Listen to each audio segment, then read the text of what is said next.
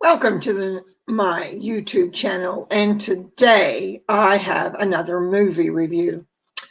I cannot believe the distance between my last movie review and this one, but my schedule, the movies that were offered, or should say the times in relation to my schedule, excuse me, just wasn't working. But last night I got to go again. I decided, based on time, to go and see the movie Let Him Go. Now, the cast is a really good cast. Diane Lane, Kevin Costner, Kaylee Carter, Jeffrey Donovan, and Leslie Manville. Actors I've seen before and know them. A couple of other additions that were really good. So what's the story? The story is very interesting. At the end of the movie, as always, I sit there and think, and what really was going on? So the basic outline is fairly well known now if you've looked at the movies. A rancher couple lose their son, and their daughter-in-law, who has their young grandson, remarries into a, I'm going to say, suspect family of how they live their lives, etc. But anyway, overnight, the young couple with the grandson move away. Now,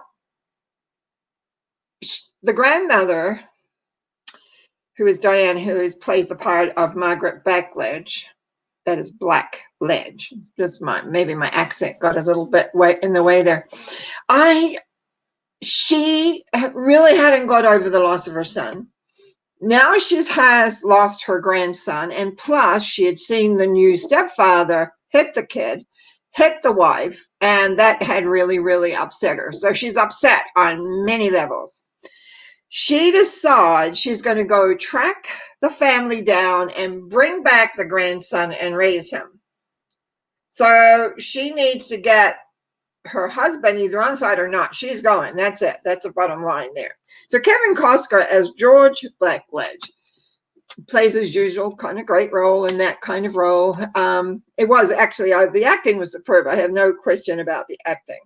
So off they go on this journey, and on this journey they meet a young Native man whose name is Boo Boo Stewart, but in the movie he's Peter Dregswolf, I think. He goes by the name of Peter, and he plays an integral part, actually, which was very well done. And it was interesting to see this family, which are called the Wee Boys, and they live in North Dakota. Jeffrey Donovan, who I recognize right away by his face, is that I go, oh, I know this person too. He was playing Uncle Bill in this scenario. And Leslie Manville plays the matriarch, Blanche, the matriarch. Hard-nosed lady, raised big sons. Bill is her younger brother. She runs the whole show. And Donnie, the man that married the daughter-in-law, who is played by Kaylee Carter, I think it's Lorena, anyway, her name.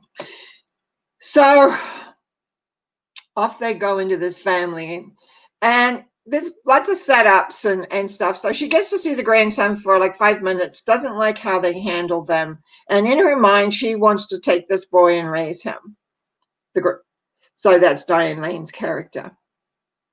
So they go off.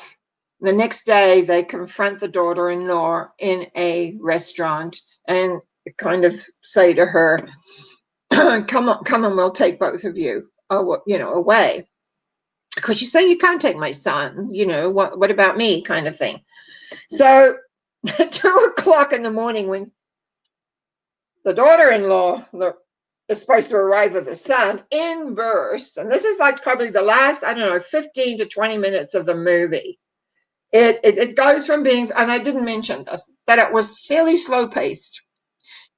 Just sitting there going, yeah, this is happening and that's happening. And now all of a sudden, 2:00 in the morning, these people burst into the motel room.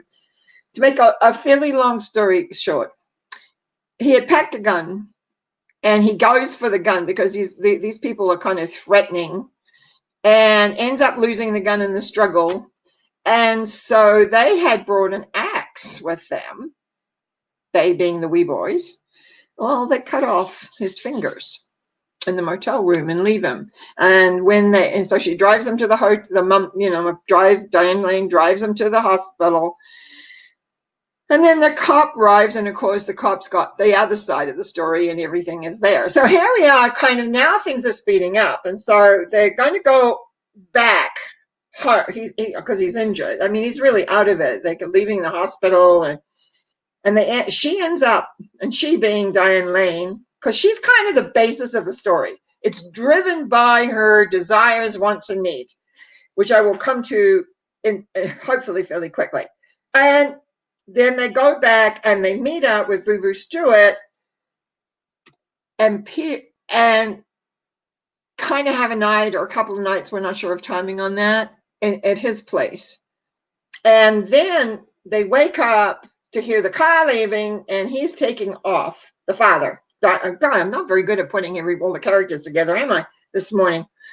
So Kevin Costner gets into the car, and he's driving back to the house, and Diane Lane and Boo Boo Stewart get on the horse that he has, and they go across country. Well, he gets to the place, and all I can tell you is those next 10 to 15 minutes is what really makes this movie stick beyond something that's just a kind of a personal thing that's going on. Everybody in the house, because he sets a fire up too, everybody in the house at that moment except the mother, the young mother and the kid are killed, end up dead. But how that all happens is you're on your edge of the seat. So that, and then there's a fire, which he had set in adjunct to the house, had caught the house, and the house goes up. So the last scenes, they say goodbye to Peter and the horse, bye-bye, and Diane Lane, Kaylee Carter, so grandmother, mother, and the son get in the car, drive away, tears streaming down their face. End of story.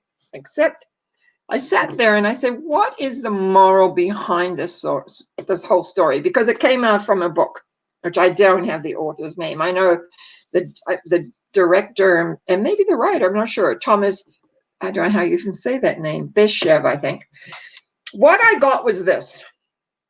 There are consequences for your actions. This lady, all she wanted in her grief was to get her grandson and raise him where he wasn't being bullied and hit and all that kind of stuff.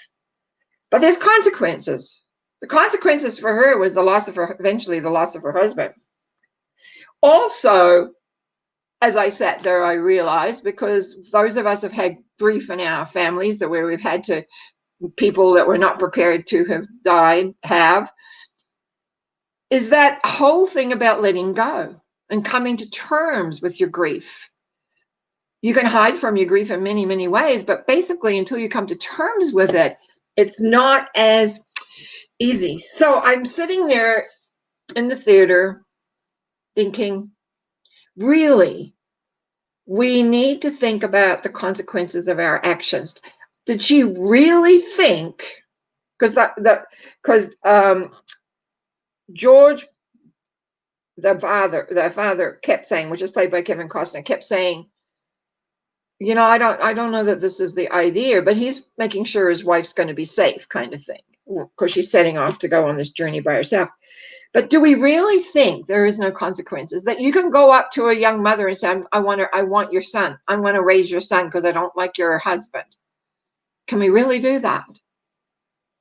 And even though she was being beaten a bit herself, it was kind of like, there are consequences to this. When you're entering a family who have their barriers set, it was very obvious. This was the Worrells. They were in their own walled family, and they were warned as they went as well by other people. Anyway, perhaps that gives us food for thought for our own lives. Are we really aware of our consequences of our actions? Have we really thought things through as to the variables? Is there another way of approaching things than pulling out a gun, for instance? And really, deep down, Your grief needs to be dealt with so that you're coming through as a really a person that you want, a person that's sane, doesn't have a kind of a can't see beyond the walls of what you want. What you want and what you can have sometimes are two different things. Anyway, is this a movie to go see? I struggled on that one.